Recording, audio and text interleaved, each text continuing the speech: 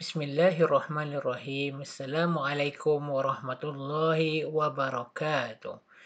Apa khabar murid-murid?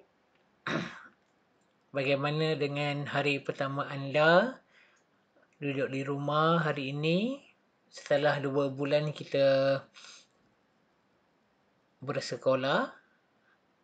Ustaz harap kamu sentiasa menjaga kesihatan dan membantu ibu bapa kamu di rumah.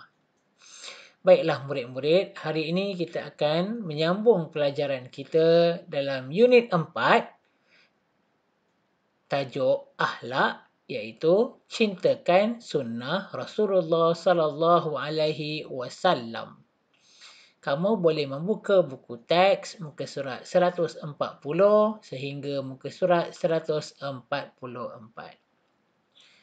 Jika kamu ingat, minggu lepas, hari Khamis, 29 hari bulan 10, 2020, kita telah bercuti sempena Maulidur Rasul, iaitu sempena kelahiran Nabi Muhammad sallallahu alaihi wasallam.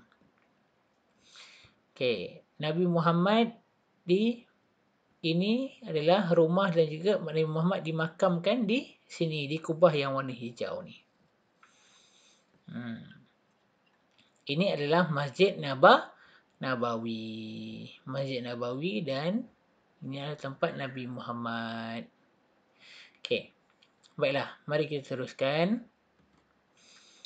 Pada pelajaran hari ini kita akan belajar mengenai maksud sunnah Nabi Muhammad sallallahu alaihi wasallam.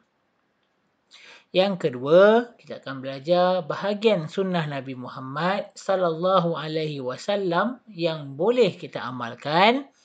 Dan yang ketiga, kita akan belajar tentang kepentingan mengamalkan sunnah Nabi Muhammad sallallahu alaihi wasallam. Baiklah murid-murid, maksud sunnah Nabi Muhammad. Sunnah ialah sesuatu yang bersumberkan daripada Nabi Muhammad sallallahu alaihi wasallam dalam bentuk ucapan, perbuatan, sifat serta akhlak yang diberitakan oleh sahabat Nabi. Okey, sekarang kamu pula cuba baca apa yang Ustaz tuliskan tentang maksud sunnah Nabi Muhammad.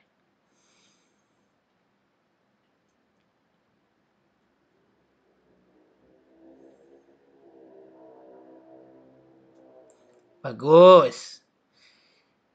Sunnah ialah segala benda yang datang daripada Nabi Muhammad dalam bentuk ucapan, perbuatan, sifat dan akhlak Nabi Muhammad. Itu adalah maksudnya. Baiklah. Bahagian sunnah. Kita lihat bahagian sunnah ada dua, iaitu sunnah perkataan dan sunnah perbuatan. Sunnah perkataan. Sunnah perkataan ialah semua ucapan Nabi Muhammad sallallahu alaihi wasallam dalam bentuk suruhan, larangan serta galakan. Seperti suruhan dan ucapan Nabi Muhammad tentang kelebihan membaca Al-Quran. Jadi Nabi Muhammad suruh kita membaca Al-Quran.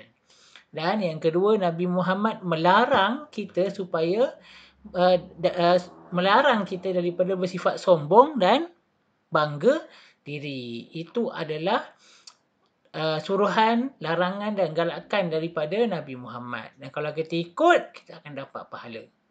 Seterusnya ialah sunnah perbuatan. Segala perbuatan Nabi Muhammad yang disampaikan oleh sahabat Nabi. Nabi Muhammad mengutamakan anggota kanan. Nabi Muhammad makan dengan tangan kanan. Nabi Muhammad melangkah dengan kaki kanan. Nabi Muhammad membuat sesuatu semuanya dengan mengguna anggota kanan dahulu. Masuk rumah pun masuk dengan kaki kanan. Okey, yang kedua, Nabi Muhammad sikapnya merendah diri. Nabi Muhammad tak sombong. Jadi kalau kita bangga diri, kita Tak, ikut apa yang Nabi Muhammad suruh. Jadi kita kena, walaupun kita pandai, kita kena merendah diri. Dan yang ketiga, menggosok gigi. Nabi Muhammad SAW, hatta sehingga Nabi Muhammad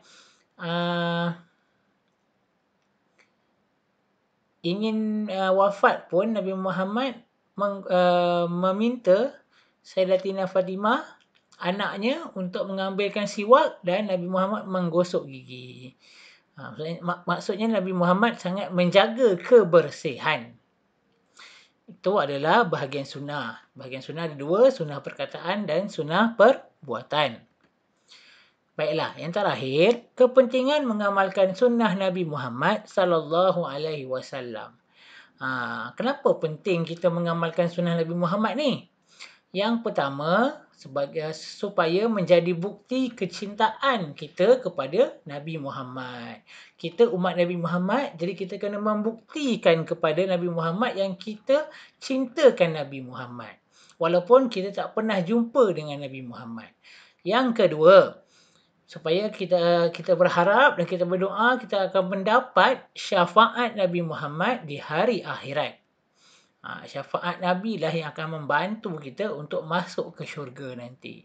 Yang ketiga, dapat terhindar daripada melakukan perkara yang dimurkai. Bila kita ikut apa yang Nabi Muhammad suruh, apa yang Nabi Muhammad buat, kita akan terhindar daripada perkara-perkara yang Allah marah dan yang perkara-perkara yang Allah tidak suka. Yang ketiga, membentuk peribadi yang mulia. Bila kita ikut Nabi Muhammad, kita akan menjadi orang yang akan dihormati. Kawan-kawan semua akan suka dengan kita, sayang dengan kita, semua nak kawan dengan kita. Bila kita nampak orang susah, kita akan bantu. Jadi orang semua akan datang kepada kita. Semata-mata sebab mereka nak berkawan dengan kita.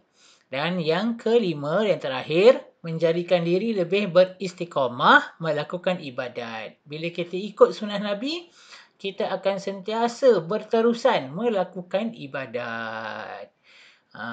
Bila kita ikut Nabi Muhammad, apa yang Nabi Muhammad buat, kita buat, insya-Allah. Jadi kita akan sentiasa istiqamah. Istiqamah tu maksudnya berterusan melakukan ibadat, sama ada ibadat fardu dan ibadat sunnat. Baiklah murid-murid, sekian saja pelajaran kita pada hari ini.